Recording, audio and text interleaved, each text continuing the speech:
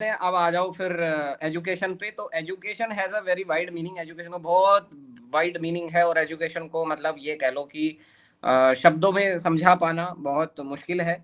Education बहुत कुछ होती है, मतलब आपके घर से शुरू होती है, आपके गुरुकुल में शुरू होती है, और उसके बाद आप लाइफ लॉन्ग लर्निंग करते रहते हो, आपकी एजुकेशन चलती रहती है किसी ना किसी माध्यम से। ठीक है, तो अब हम बात कर लेते हैं कि एजुकेशन, फॉर्मल एजुकेशन की यहाँ पर हम मेनली बात करेंगे। घर पे जो आप ले रहे हो वो कैसी एजुकेशन है, वो इनफॉर्मल एजुकेशन है, राइट। वहां पे आपको डिग्री विग्री कुछ नहीं मिलता है। तो जहां आपको डिग्री मिले, डिप्लोमा मिले, सर्टिफिकेट मिले, that is what, formal education. ठीक है, ओके। तो तीनों चीजें, एजुकेशन, टीचिंग और लर्निंग, ये तीनों इंटर रिलेटेड हैं भाई। टीचिंग लर्निंग से ही तो एजुकेशन चल रहा है, टीचिंग खत्म, लर्निंग खत्म तो एजुकेशन खत्म, है ना। तो teaching is the way to make students learn. ये बात यहाँ पर इंपॉर्टेंट है कि टीचिंग क्या होती है। टीचिंग वो तरीका है जिससे स्टूडेंट क्या करता है, लर्न करता है। इस बात से आप लोग क्या समझे कि स्टूडेंट की लर्निंग ज्यादा इंपॉर्टेंट है टीचिंग से ज्यादा। ठीक है, स्टूडेंट की लर्निंग जो है वो ज्यादा इंपॉर्टेंट है बजाय टीचिंग के। ठीक है, क्योंकि टीचिंग क्यों की रही जा रही है, ताकि स्टूडेंट लर्न करें, स्टूडेंट सीखें।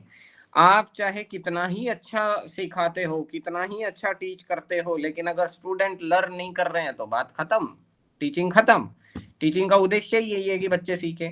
अब मैं यहाँ पे आप लोगों को पढ़ा रहा हूँ, तो मेरा उद्देश्य है कि आप लोगों का नेट जेआरएफ क्लियर हो, आप लोग जो मैं सब्जेक्ट, जो विषय मैं पढ़ा रहा हूँ वो आप लोग समझे। अगर आप लोग नहीं समझे तो मेरी टीचिंग तो फेल है ना। टीचिंग कोई टीचर के लिए नहीं होती है, टीचर अपने लिए टीचिंग नहीं करता है, टीचर टीचिंग करता है स्टूडेंट्स के लिए ताकि वो सीखें। तो जो मेन फोकस है एजुकेशन का या टीचिंग का वो क्या है, मेक स्टूडेंट्स लर्न। ठीक है, अब लर्निंग का मतलब रटना नहीं होता है, ठीक है, तोता बनने का नहीं है, या जो बता दिया उसी को समझ लेना, वो लर्निंग नहीं है। लर्निंग की डेफिनेशन भी आएगी आगे, जहां आपको पता चलेगा कि लर्निंग बहुत ही डायनामिक एस्पेक्ट है, और इसकी डेफिनेशन भी समय के साथ मान करके चलिए कि चेंज हो जाती है, और विषय के साथ भी चेंज हो जाती है। ठीक है, लर्निंग भी हम हजार तरीके से लर्निंग करते हैं, जैसे हम डे टू डे एक्सपीरियंसेस कर रहे हैं, दैट इज ऑल्सो लर्निंग, वहां से भी आप लोग बहुत चीजें सीख रहे हो। ठीक है, चलिए फिलहाल आ जाते हैं एजुकेशन के बारे में। हाँ, यहाँ पर एजुकेशन के जो डेफिनेशंस हैं वो आप एक चीज ध्यान रखिएगा कि किसने क्या डेफिनेशन दी। सब लोग अलग अलग बोलते हैं, सब महान लोग, है ना। तो एक क्वेश्चन लगभग ये आ जाता है कि एजुकेशन की डेफिनेशन फलाने व्यक्ति के हिसाब से बताओ। ठीक है तो सबसे पहले इसमें आ जाते हैं हमारे स्वामी विवेकानंद जी। तो स्वामी विवेकानंद के अनुसार education is the manifestation of perfection already in man. देख रहे हो, क्या आपने कभी कल्पना करी थी कि एजुकेशन की ऐसी डेफिनेशन भी हो सकती है। अब तक सब लोग सोच रहे थे कि एजुकेशन टीचिंग के बारे में है, लर्निंग के बारे में है, लेकिन क्या किसी ने ये सोचा कि ये it is a manifestation of perfection already in man. आदमी के भीतर, आदमी औरत जो भी है, इंसान के भीतर जो परफेक्शन है, जो पूर्णता है, जो कंप्लीटनेस है, उसी का मैनिफेस्टेशन है, बस वो अंदर से बाहर आ जाए, सिर्फ इतनी सी बात है। यानी कि आपके भीतर जो दिव्यता है वो निकल करके बाहर दूसरों को भी दिखाई देने लग जाए, आपको भी दिखाई देने लग जाए। हम सबके भीतर भगवान है, लेकिन कोई कोई व्यक्ति ऐसा होता है जो अपने भीतर के ईश्वर को प्रकट कर पाता है, जिनकी वाणी पे ईश्वर बैठ जाता है। ठीक है, तो आपके भीतर ऑलरेडी क्या है, परफेक्शन है, और उस परफेक्शन को बाहर निकालना ही क्या है, एजुकेशन है। ठीक, कौन बोले, स्वामी विवेकानंद जी बोले। और ये कैसे हो सकता है, योग के द्वारा हो सकता है। उनके शब्दों में यदि मैं कहना चाहूं तो वो कहना ये चाह रहे हैं कि योग विद्या ऐसी है जो आपके भीतर जो पूर्णता है उसे बाहर निकाल के लाती है, और ये योग विद्या ही असली एजुकेशन है।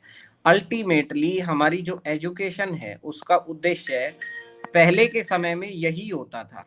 पहले के समय में यही होता था क्या, कि आप अपने भीतर की क्षमताओं को पूर्ण रूप से एक्सप्लोर कर पाए, जिधर ज्यादा इंटरेस्ट है आपका उस फील्ड में आप एकदम मास्टर बन जाएं। आपके भीतर जो है ना कैपेबिलिटी है टॉप करने की, एकदम एक्सीलेंस है, बस उस एक्सीलेंस को बाहर निकालना है। ठीक है, चलिए एरिस्टोटल के अनुसार, एरिस्टोटल माने अरस्तु, अरस्तु के अनुसार जो है एजुकेशन क्या है, creation of A sound mind in A sound body.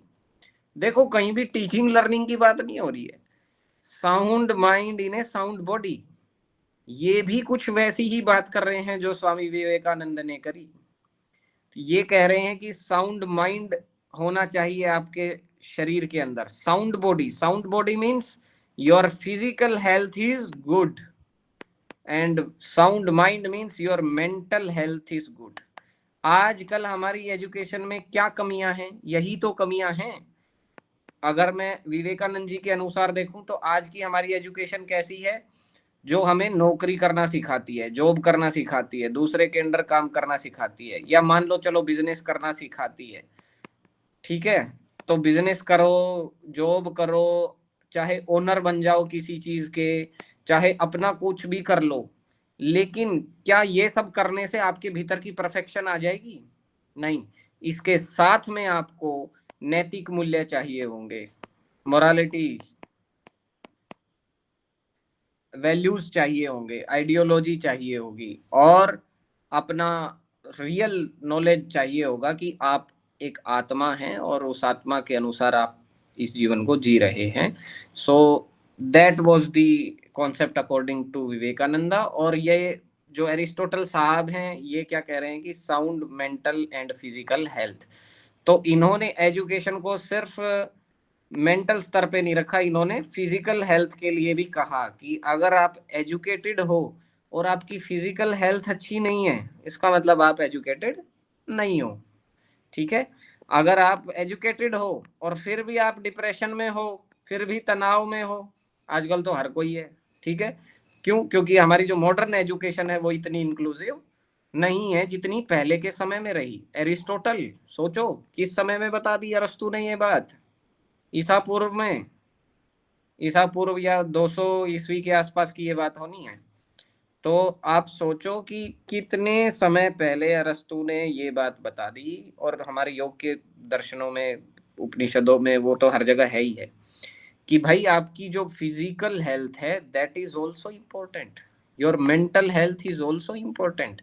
अगर एजुकेटेड होने के बाद आपकी इन दोनों में से एक चीज में भी कमी रहती है तो यू आर नॉट एजुकेटेड। ठीक है, तो ध्यान रखने का तरीका क्या है, विवेकानंद आए तो एक चीज का हमेशा ध्यान रखना, परफेक्शन, एक वर्ड याद रख लेना बस। ठीक है, एग्जाम ट्रिक ये है कि परफेक्शन आ जाए तो कौन कह रहा है, विवेकानंद। ठीक है भाई, good. Aristotle sound mode body and sound mind.